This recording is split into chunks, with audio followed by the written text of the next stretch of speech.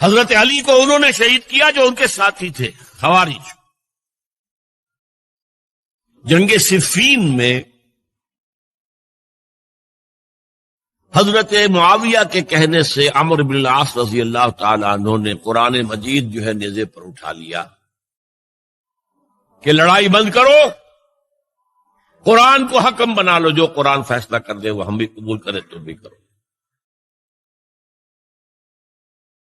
حضرت علی کا خیال یہ تھا رضی اللہ تعالیٰ عنہ یہ چال ہے، اور انہوں نے روکا اپنے ساتھیوں کو، لیکن اکثر لوگوں نے کہا قرآن آ گیا بیچ میں، اب ہم کیسے ہتھیار چلائیں؟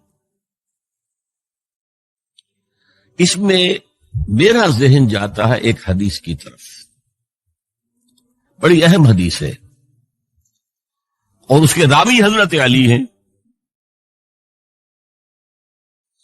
حضرت علی فرماتے ہیں کہ حضور نے فرمایا انہا ستکون فتنۃ، ان قریب ایک بہت بڑا فتنہ رونما ہوگا۔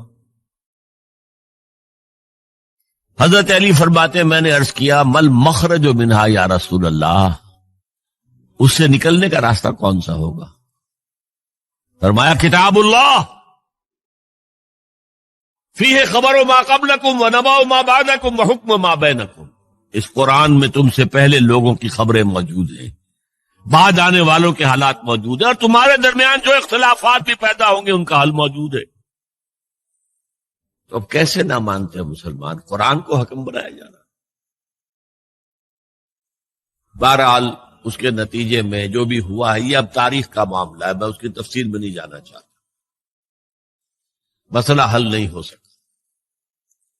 لیکن حضرت علی کی خلافت جو ہے ان کے ہاتھ پر بیعت ہو گئی تھی، وہ چلی، لیکن 4.5 برس سوائے خانہ جنگی کے اور کچھ نہیں۔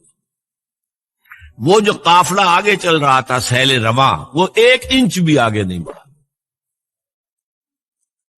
البتہ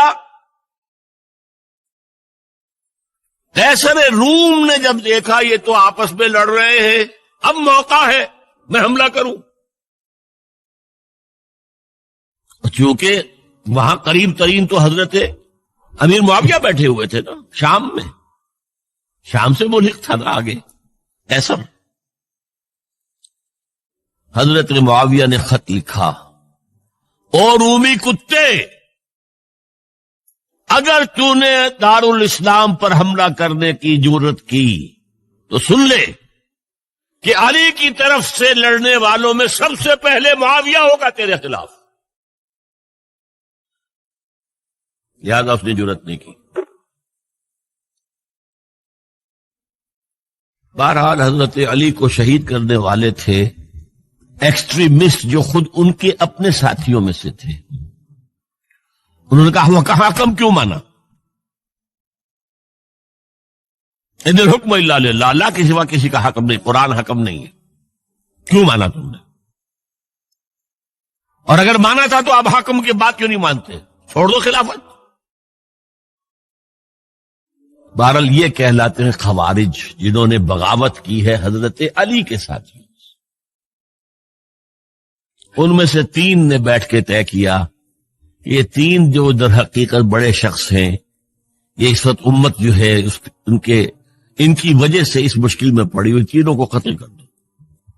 فلاں دن صبح فجر کی نماز کے وقت ایک شخص وہاں جائے گا، ایک شخص وہاں جائے گا، ایک شخص وہاں جائے گا، اور فجر کی نماز میں قتل کر دو۔ ابن ملجم آیا، حضرت علی پر وار کیا، وار کاری ثابت ہوئی۔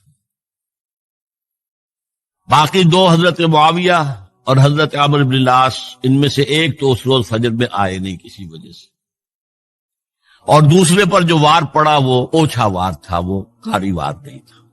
حضرت علی شہید ہوئے۔